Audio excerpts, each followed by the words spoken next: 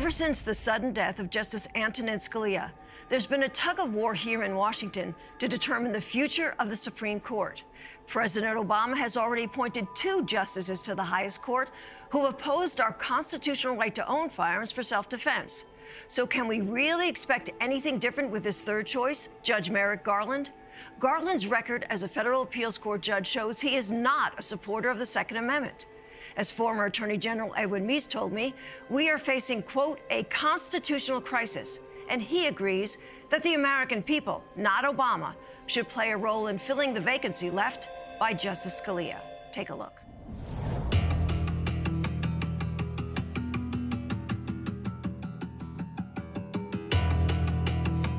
Today I am nominating Chief Judge Merrick Brian Garland to join the Supreme Court.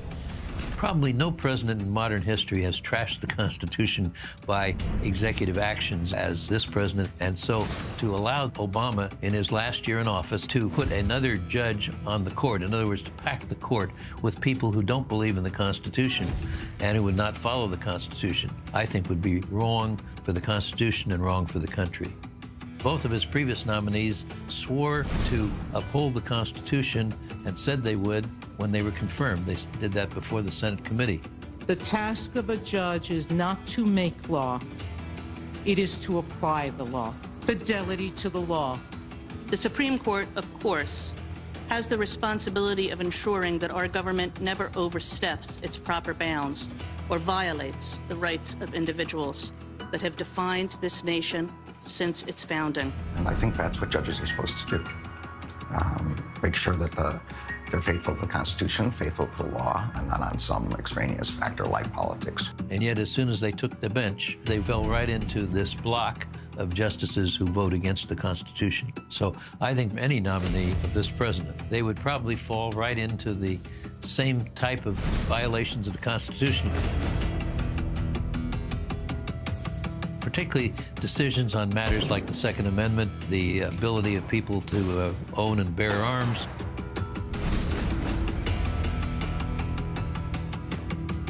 This is typical, I think, of a mindset that Obama's nominees have, including the current nominee, and that is that the Constitution ought to mean what the judges say it is rather than what the Constitution actually says. So what I hear you saying is that an Obama nominee is no Justice Scalia. That is correct. And I don't think Obama would ever nominate someone who really followed the Constitution as Justice Scalia did. Justice Scalia was probably, of all the justices in history, one of the most faithful supporters of the Constitution as it was actually written. You don't sit here to make the law. Its proper role is in a democracy to give a fair and honest interpretation to the meaning of either Congress in statutes or the people when they ratify the Constitution. Simple as that. He's one of a kind, such a great example of the kind of justices that President Reagan wanted to put in place. And of course, I was privileged to participate in advising President Reagan when he made that appointment of Justice Scalia to the court.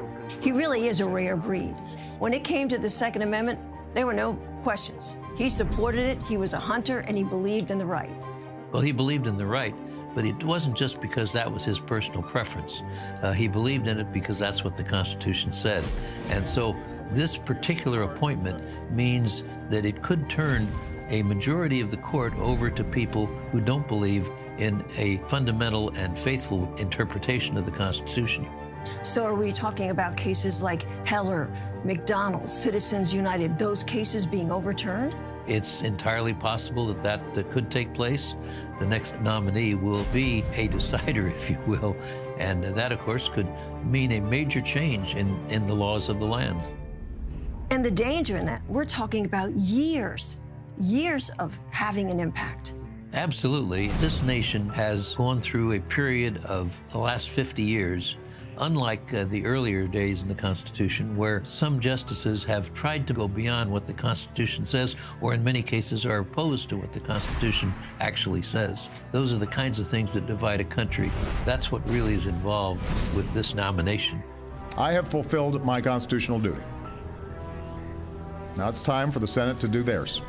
I simply ask Republicans in the Senate to give him a fair hearing, and then an up or down vote. No, he will not be considered by the Senate. So is the Senate required to hold a hearing on a Supreme Court nominee?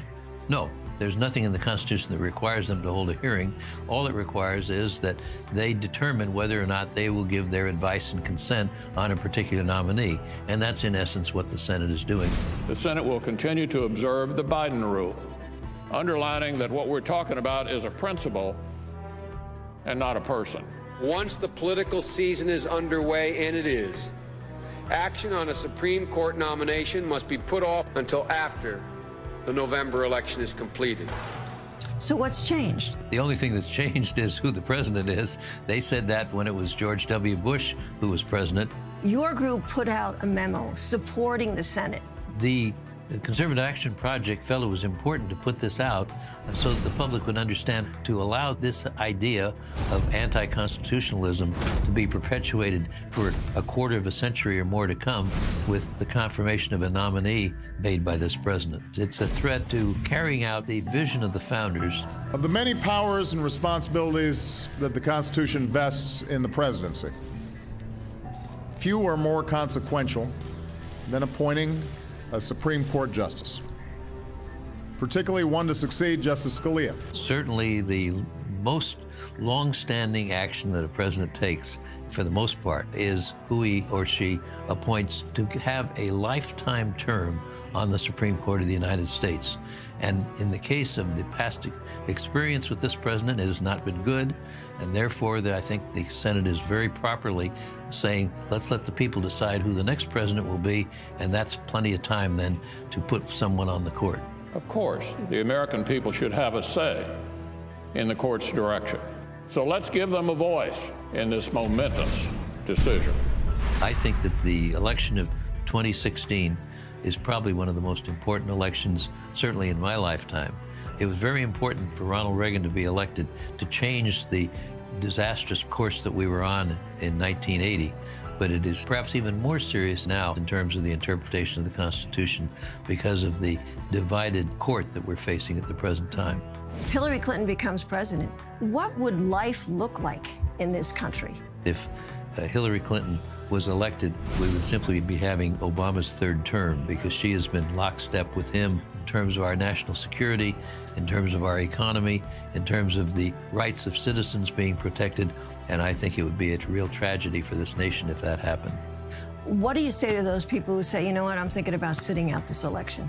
When we have a constitutional crisis, I think anyone who sits out the election really is failing in their duty as a citizen to vote for a president who will preserve the constitutional republic that the founders gave us and protect the Constitution, which has made America different from any other country in the world.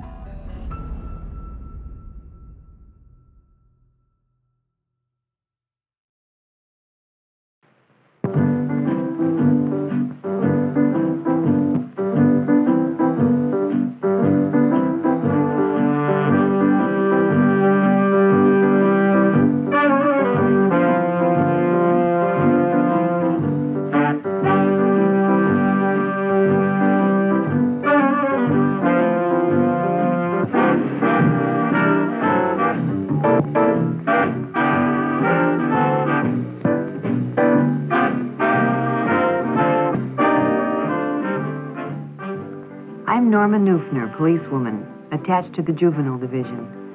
I'm on a call from a very worried mother whose daughter is missing. Her daughter's name is Judy Miller.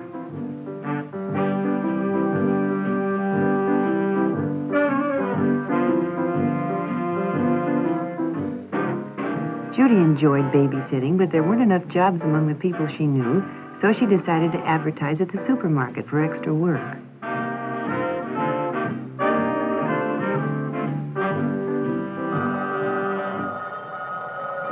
Late the following afternoon, the phone rang, and Judy was offered a job for that evening. The man told her he and his wife were going out to dinner and that their regulars could he pick her up in 15 minutes.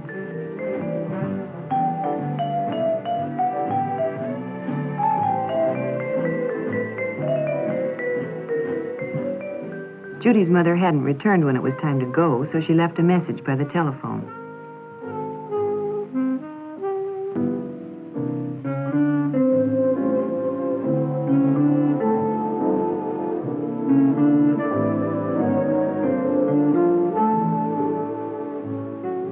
came home, she found Judy's note and called the number to let Judy know she was home in case she wanted anything.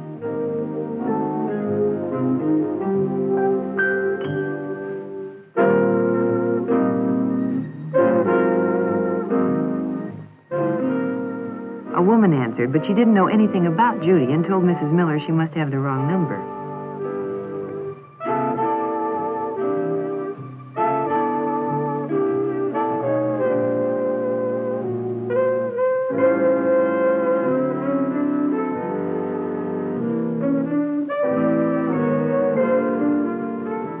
By midnight, Mrs. Miller was really worried. She phoned the police and was transferred to juvenile.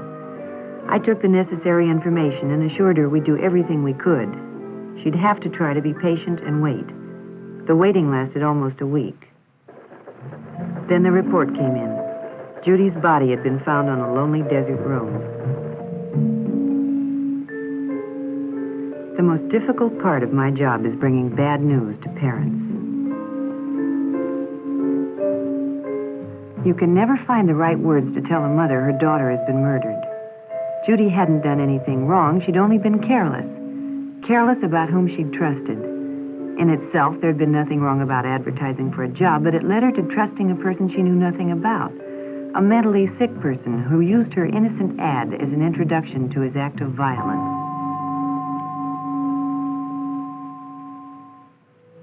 Being safe is often no more than applying good judgment in everyday life. One night while Barbara was babysitting, the doorbell rang. She didn't open the door, but called and asked who it was.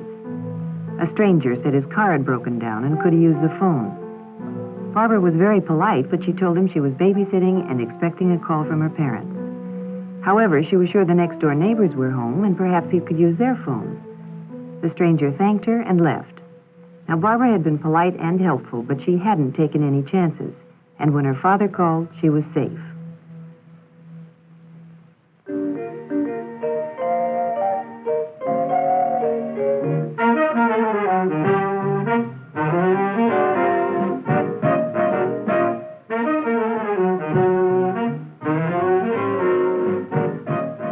Friday night was movie time for Sally and Elizabeth. Their parents alternated weeks taking them and picking them up. Friendships are easily made in a crowded theater, and when two older boys struck up a conversation and moved next to them, they were secretly pleased.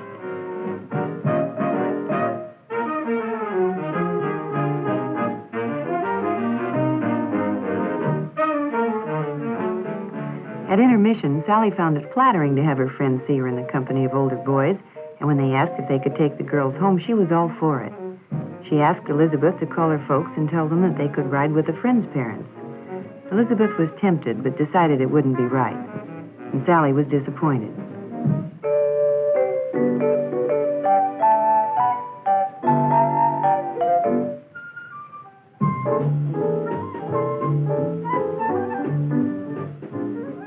When the show was over and they were leaving, the boys suggested that if Elizabeth couldn't go with them, why didn't Sally come? Sally thought it was a great idea and asked Elizabeth to tell her folks that her parents had picked her up. Elizabeth didn't like the idea, but Sally insisted. So, Elizabeth left alone.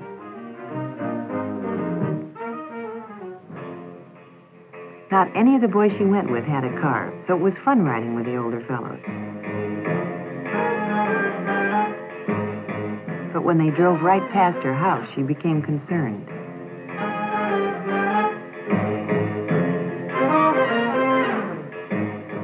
When they arrived at Lookout Peak, she was frightened. She tried to convince herself there was nothing to worry about, but when they parked off the road, she knew she had gotten herself into something she couldn't handle. At midnight, her parents became alarmed and called the Nelsons. Yes, Elizabeth was home. Hadn't they picked up Sally? No, over an hour ago. Of course she could talk to Elizabeth. Between guilty tears, Elizabeth told what had happened. Sally had been found, dazedly walking down the road from Lookout Peak. It was a night they'll long remember. In fact, Sally may never be able to forget it. Often seemingly innocent places can turn out to be just where wrong associations are made. Mary met Robert at just such a place. Robert frequented the malt shop in his spare time, which was considerable, as he'd finished high school and didn't work. Here he sought out the company of younger teenagers because he wasn't accepted by those of his own age group. Mary and her girlfriend could always be found at the malt shop after school.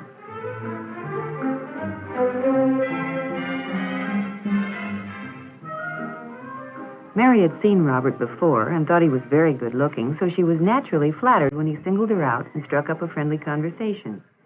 He was fun to talk to, and they discussed everything from cars to movie stars. When he offered her a ride home, she was only too happy to accept.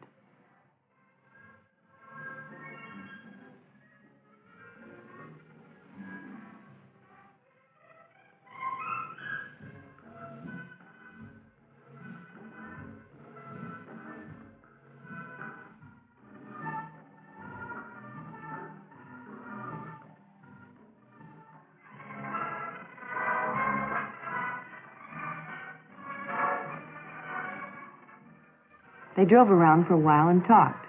Mary was a good listener, and Bob enjoyed nothing more than talking about himself. Mary knew her mother would be upset if she came home with an older boy, so Bob dropped her at the corner.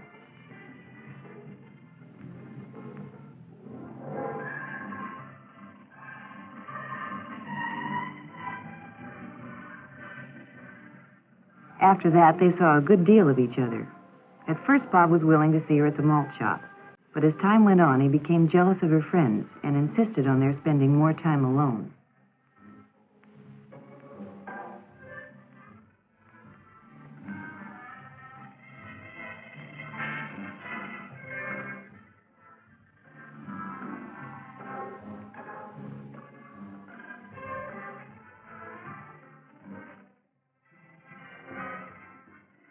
They began to go to secluded places, and their relationship became more intimate.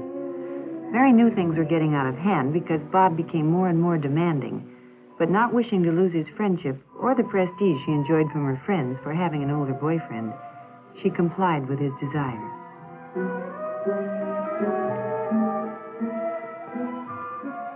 Then Mary found she was in trouble and had to tell her parents.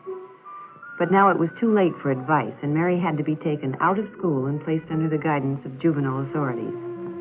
Unfortunately, Mary's story is not an unusual one.